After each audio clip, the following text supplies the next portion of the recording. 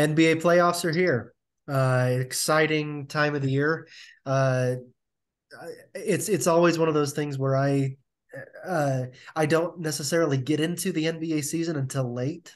Because of certain other sports going on and NCAA tournament and all these things. But as soon as they hit, I'm an NBA junkie. Dustin may be an NBA junkie all season, but I become one in April. uh, Dustin, I don't know if that's called a cold weather fan sometimes, or hot weather fan, whatever. But I'm as junky as you when it comes to April. So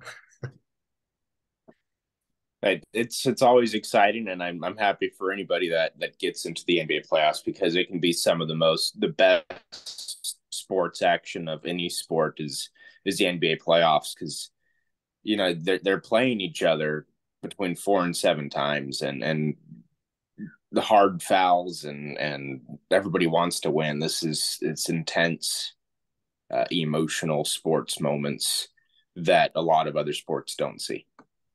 yep, I agree. Uh, I, on a personal note, I've got rid of Sling at home, which means I can only watch the ones that are on ABC now.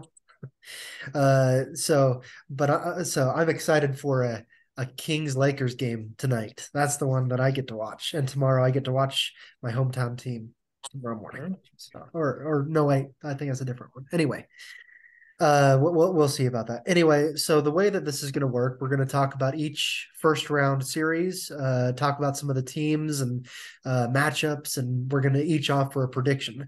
And just like we had an NFL playoff three-person tournament as far as points go, we're going to have an NBA tournament as well. Here's how the points work.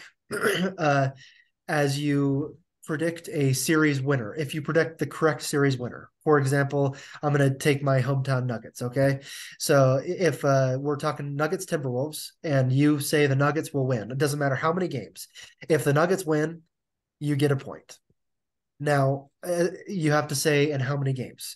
If I say the Nuggets win in four and they win in four, there's a possible three extra points that you can get for guessing the correct number of games. And each game that's off, you lose a point. For example, if the Nuggets win in seven and I guessed four, there's no extra points available for me because it was three extra games.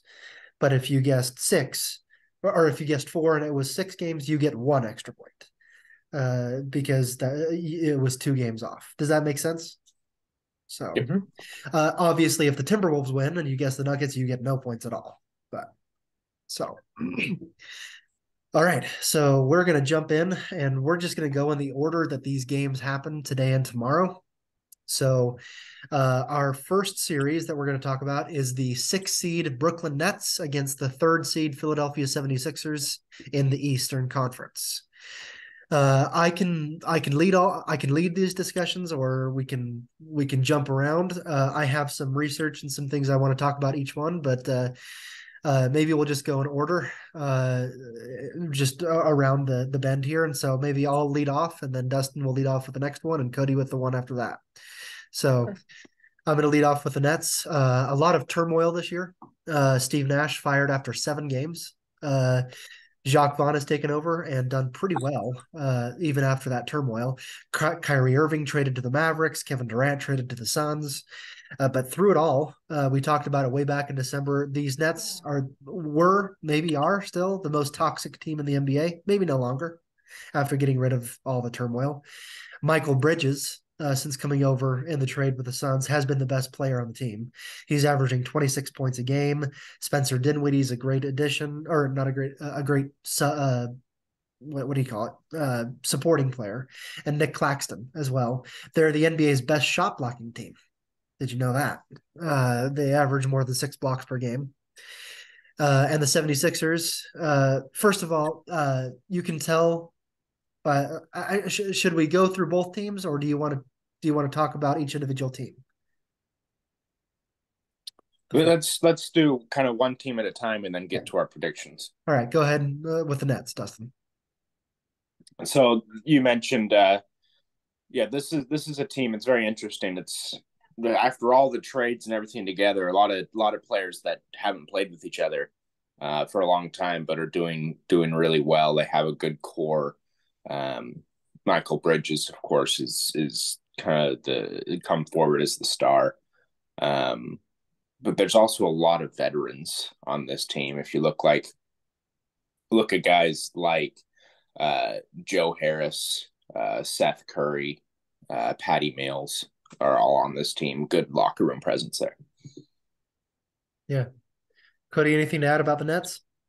Not a whole lot. I guess really the only thing is just that I find it impressive that, this team was the most toxic team in the league. Maybe still has some toxicity left, but it looks like it's been kind of stabilized, at this time. So, and it's working out for their favor. When you cut out the cancer, you're okay. Yeah. Okay, 76ers. And I was going to say, you can tell by the shirt I'm wearing that I'm a Nikola Jokic fan. But as good as Jokic is and as deserving as he is to win his third straight MVP, Joel Embiid needs to win it this year. He has been that good. The man's numbers are insane. 33 points, 10 rebounds, a couple blocks per game. He's shooting 86% from the free throw line. You don't see that from a big man usually. The Sixers have more than just him, though. I mean, James Harden puts in 21 a game. Tyrese Maxey adds 20. This is also the league's best 3-point shooting team. Also, they're the best free throw shooting team in the NBA. Well, when it matters most, they can close it out. They average almost 84% from the free throw line as a team. So close games, this team can knock down the free throws to win the game. Dustin? Yeah, obviously Joel Embiid and James Harden are, they're the two tangents that really lead and drive this team, and it's neat to see kind of James Harden has calmed down the drama a little bit when with the Rockets and the Nets, and is just playing good basketball again. But I really like, again, supporting players on this team, guys like PJ Tucker and Montrezl Harrell. Those are kind of culture grind or guys that really make a team. I think that you can look to them as people that are really leading this. Yeah. Cody, 76ers? Yeah, looking at some stats, Joel Embiid, as you pointed out already, Scott, he's leading the league in points right now, and then Harden is leading the league in assists. They're both on the same team, and so when you have this kind of offensive firepower and leading in that sense, and you mentioned all the other stats, it's a team that is extremely difficult to bring down, and there's a reason why they're as good as they are this year. I think they're number one in their conference. I think no, are they not? Okay, they're the third seed. Well, they're playing like it. So, but yeah, I just think it's Joel Embiid and James Harden together are a dynamic duo. Yeah. Yeah. As far as the series goes, the Nets are still struggling to figure out who they are, I think, after all of these changes. And it's going to be difficult, I think, to match up against the 76ers. Maybe I'm wrong, but I'm picking Sixers in 5. Yeah, if Brooklyn's able to win a game, it's going to be a home game for them, but I don't think they'll be able to win back-to-back home games. And so, Sixers win the first two, they win a third one in Brooklyn, and then they're back at home for game 5, and I think that's where they get it. So Sixers in 5. Cody? I think that I don't think the Nets will be able to keep up with the Sixers at all, really, in their offense, and so I think it's gonna be Sixers in 4. Okay. All right. Dustin, all right. Do you want to take us through? Moving on to next game. Just the next game today is Hawks versus Celtics. Right. This is the 7-2 matchup, and so starting with the Hawks. They had a great win against the Heat in order to get them here. Obviously, Trae Young, a fantastic player. And a leader of that team. And they have a good supporting cast. And this is a team that just a couple seasons ago was in the Eastern Conference Finals, and not much about their core has changed. except for say the addition of DeJounte Murray, who's fantastic. And this is a team that's sneaky and can win, but then also it's one of those teams you don't know who's showing up. Are they going to win by 20 or lose by 30? Um, Moving on, what do you guys think? And then sorry, they're also playing the Celtics. We'll talk about the Celtics a little bit more, but yeah, let's move on to the Hawks. Cody, Hawks. Um, yeah, I with the Hawks, I guess I'm a little surprised they are where they are. They made it. Just alone looking at their record, 41-41. I find it difficult for someone to be in the playoffs at 500, and so maybe it's just because I'm so used to NFL playoffs. You know, it's crazy to look at it this way, and so um, I guess I'm interested to see how well they can actually play and do, but I don't expect a lot from them. Uh, I think Dustin, a lot of the reason the Hawks were so difficult to get to this point were because they were injured a lot of this year. DeJounte Murray was hurt, Trae Young was hurt. But now that they're together again, yeah, you're saying this is a sneaky good team. Uh, Quinn Snyder as the coach that was brought in for Nate McMillan, I think he's one of the most underrated head coaches in the league. I'm a Jazz homer maybe, but what he can do from a game planning side of things is virtually unmatched, especially defensive matchups, which is what the Hawks need the most. So. Yeah, interesting statistic. Saw something. Quinn Snyder has one of the longest head coach playoff streaks in the NBA. You know, and I think it's 6 years or something like that. It's not long. You know, that we could talk about coach turnover and like that, but he's taken his team to the playoffs, I think 6 years in a row, which is impressive regardless of the sport that you I think it might be 7. I think it was 6 with the Jazz, and now this is the 7th. Seventh. So, yeah. Thank you. Mm-hmm. So moving on to the Celtics, then this is obviously a power team. They're in the finals last year, and two of the best players in the NBA together on the same team, and Jason Tatum and Jaylen Brown, and then you add in, you know, last year's Defensive Player of the Year, Marcus Smart, you know, and several of these other great players. This is a powerful team, and they're the number 2 seed. You know, speaking how great they've been all season. That I guess moving on from that, Cody, Celtics. It's kind of similar to what I was going to say, honestly, is I'm just looking at some stats earlier as well, and Jason Tatum scoring 30 points on average a game, which we were talking about Joel Embiid earlier. He's only scoring what 2 or 3 more points on average a game, right? Like 33 or 32 or 33 games. So we're talking about Jason Tatum being, you know, almost equal to Joel Embiid, and at least in terms of points being scored. And so I was just going to say you know, this is also a very yeah, powerful team. It's a looks like it could be dynasty kind of idea being built. And so um, just from looking at that stats right away and looking at the team, it's I don't know who can stop them. Yeah, I know you only can have 3 finalists for MVP, but why isn't Jason Tatum one of them? He's been so good. Cody mentioned 30 points per game. He's also averaging 9 rebounds and 5 assists per game to go along with that. This guy is last year when they went to the finals. I continuing this year, I really firmly believe that Tatum has jumped into the conversation of top 3 to 5 players in the league. And he's joined by Jaylen Brown, how you mentioned, Dustin, maybe a top 15 player himself. And so this is a Celtics team on a mission to return to the NBA Finals and finish the job. So. Predictions. Predictions. All right. So Hawks Celtics. This is definitely a Celtics victory. But like I said, sometimes a Hawks team shows up that's really good. And I'm gonna say Celtics win in 6 games. Earlier I said like I don't see what the Hawks can do, and I was saying Celtics. I'm not sure who could stop them. However, I do think the Hawks is going to be able to get a game on them, so I would say it's going to be Celtics in 5. Yeah, Dustin, I really do think the Hawks have a chance to make it difficult on the Celtics.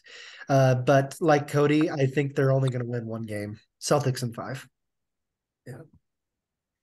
All right, Cody, talk about the New York Knicks versus Cleveland Cavaliers. Start with the Knicks. All right, so I definitely have just a little bit more, excuse me, to talk about with the Cavaliers. But starting with the Knicks, and you guys will come in hot after this um and fill in for me. So, looking at the Knicks, they sorry, just give me 1 second. So, you guys already know that I love basketball. I like following it, but I don't watch it a whole lot. And so I'm looking at the Knicks, and to be honest, at least for me, I don't even recognize a whole lot of the names. I don't. And so this is a team that's in the playoffs that I don't really know a whole lot of players on this team. So I'm not sure how they got here. I'm not fully aware of this team and what they can do.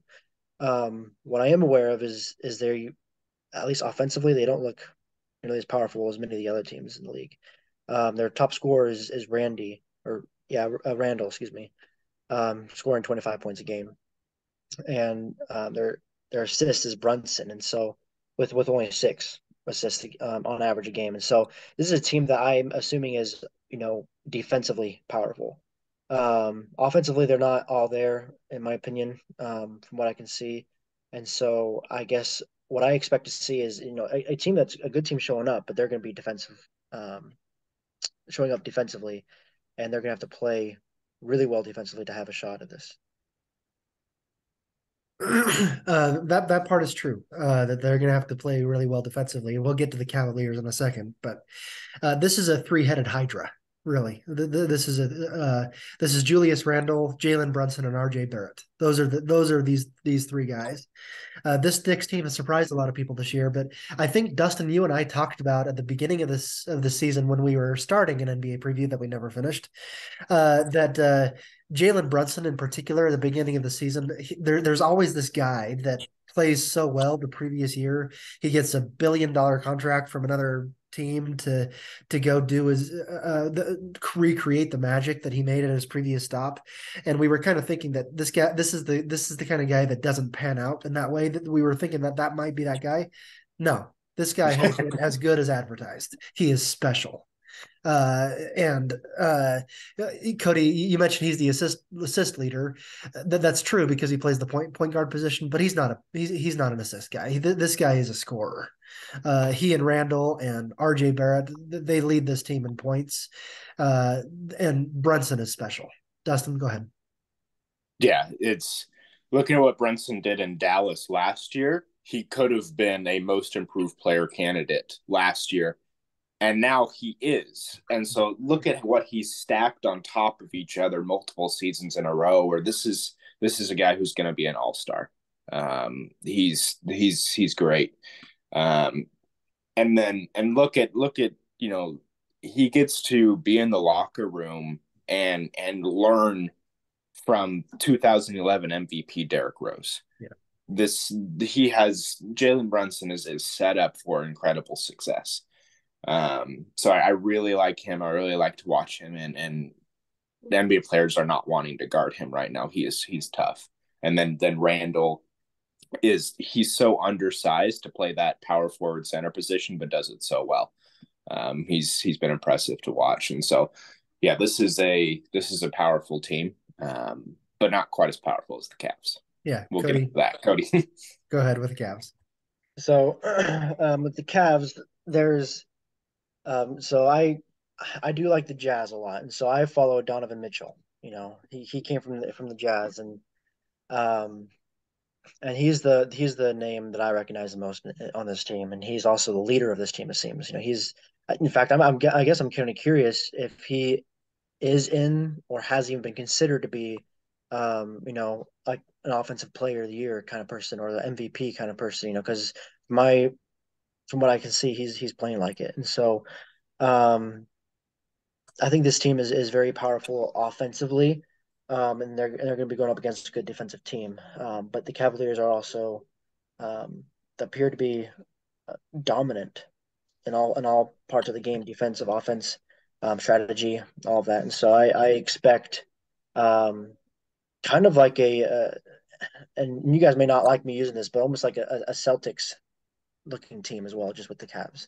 And so I'm kind of curious on what you guys have to say about the Cavs. I'm excited to watch Mitchell continue playing for them. Yeah, this Cavs team is dangerous. Donovan Mitchell has been as good, if not better, in Cleveland than he was with Utah. He's been fantastic, and he has a lot of help around him. Darius Garland at the point, Karis LeVert, who is a great player coming off the bench, and they have two great big men, and Evan Mobley and Jared Allen as well. This has a lot of firepower. And with all the offensive weapons they have, it's easy to miss that this is the best defensive team in the NBA as far as points per game allowed goes. This is a dangerous team. Dustin? Yeah. Cody, you mentioned Donovan Mitchell. You can only put three players in the MVP conversation in the year, and the three players that are the right three players this season. But yeah, you expand that a couple more players, and he's there. And it's interesting. There's not many other big names necessarily, but some really great players. Mobley, especially, I really like to watch Mobley. He's great. Yeah, this is a really powerful team that is 100% Mitchell's team at this point. Yeah. All right, Cody, prediction. So I think it's going to be a low scoring game. I think it's going to be two good defenses coming up against each other, and low scoring. Still being, and at least in the NBA, I bet they're not going to get above 90 either team. And so I think that the Knicks are gonna play well. They're gonna give the Cavs a run for their money, but the Cavs are gonna win in 6 games. Um, well, you say above 90. The lowest scoring team in the NBA scores 106 per game. uh, and so, I mean, it's possible that we get some low scoring games here, especially with the Cavs as good defensively as they are. And I just, as good as the Knicks are, as good as Jalen Brunson is, this just doesn't match up well. Cavs in 5. I'm going the other way with it. This is a 7-game series. I think that, again, you said it doesn't quite match up well, but there's different strengths in different areas for each team. And so I think it's going to be difficult for the same team to win back-to-back games, I think. And so I predict Cavs in 7. Yeah, cool. Back to me with first Western Conference matchup we've got here. The 6 seed Golden State Warriors against the 3 seed Sacramento Kings. I'm excited about this series. So the Warriors, remember, this is the defending NBA champions from last year. They led the league in 3-pointers taken and made this year. They take more than 43 3-pointers per game, and they make 17 of them, meaning they're shooting almost 40% from three as a team, which is good for second in the league. They're also the league's best passing team. They lead in assists. Steve Kerr really emphasizes ball movement. They're the best at it. Steph Curry has had another great season. Klay Thompson has another great season. A really sneaky thing to mention is that Andrew Wiggins gets back for this series, and he's really important, especially on defense. He's the best perimeter defender on the team. Again, they're the best. They're defending NBA champions, but Dustin and Cody, I just don't feel that they're playing at that same level as they were last year. Dustin? So it's interesting because they're the Kings. Not to take anything away from the Kings, Warriors are only 4 games behind them. They've won 8 of their last 10, won 3 in a row. And especially at home, the Warriors only lost 8 games at home.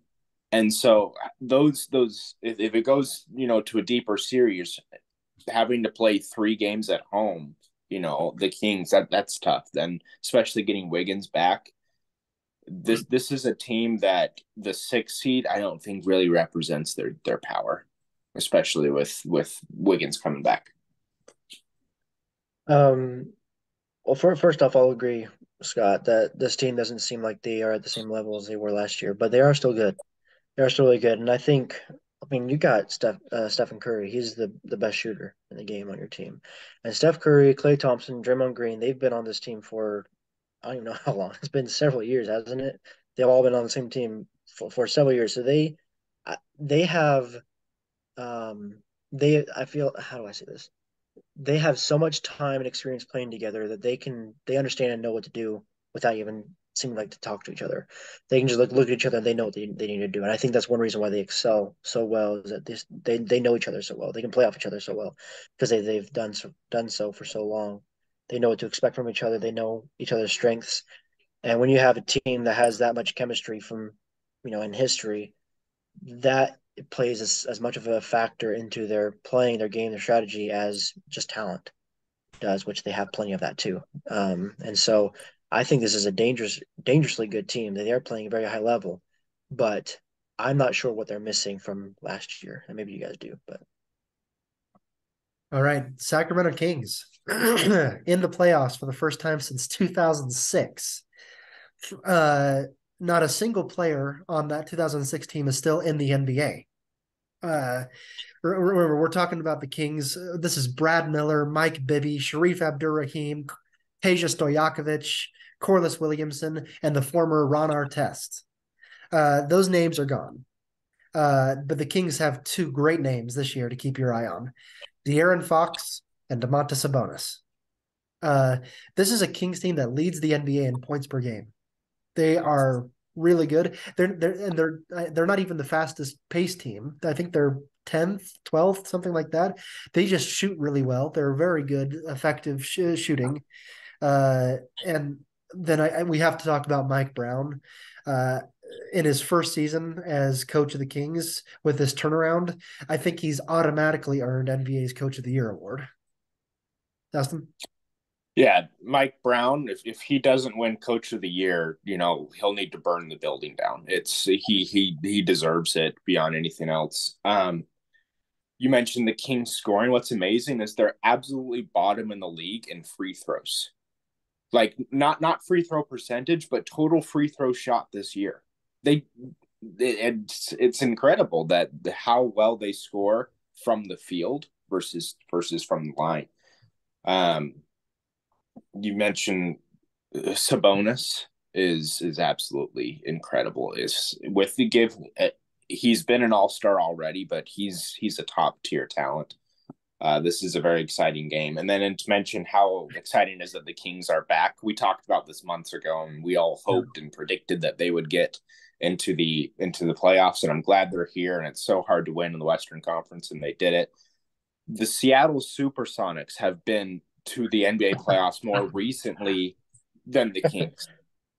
And they haven't been a team in 15 years. It's so go Kings. I'm so excited to watch the game tonight. Go Kings.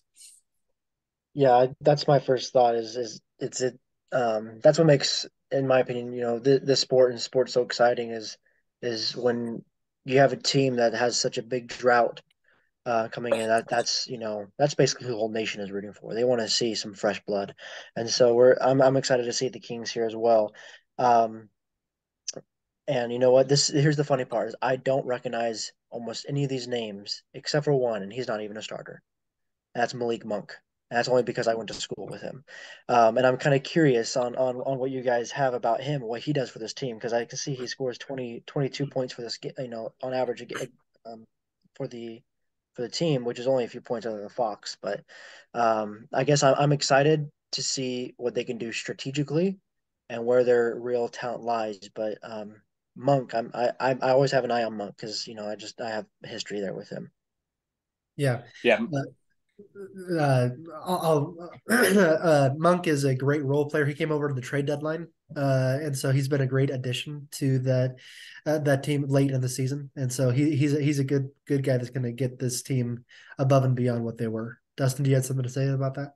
So Yeah, he's just finally in the right situation where he can play the right role. In other teams, other things, he's either been called on too much or not enough. And now he's finally just kind of in the right situation to do the right thing at the right time. Yeah.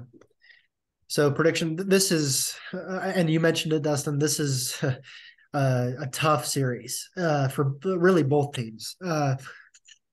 Kings trying to overcome all of uh, the none of the very few of these players have playoff experience, but some Sabonis does previously with the Thunder and Pacers. But it's going to be a tough series. I maybe this is a homer pick or whatever you call it, but I'm predicting a Kings in 7. I also think it's going to go 7. And I really want to pick the Kings, but I have to choose the Warriors, unfortunately. I want the Kings to win, but I think the Warriors close it out in Game 7.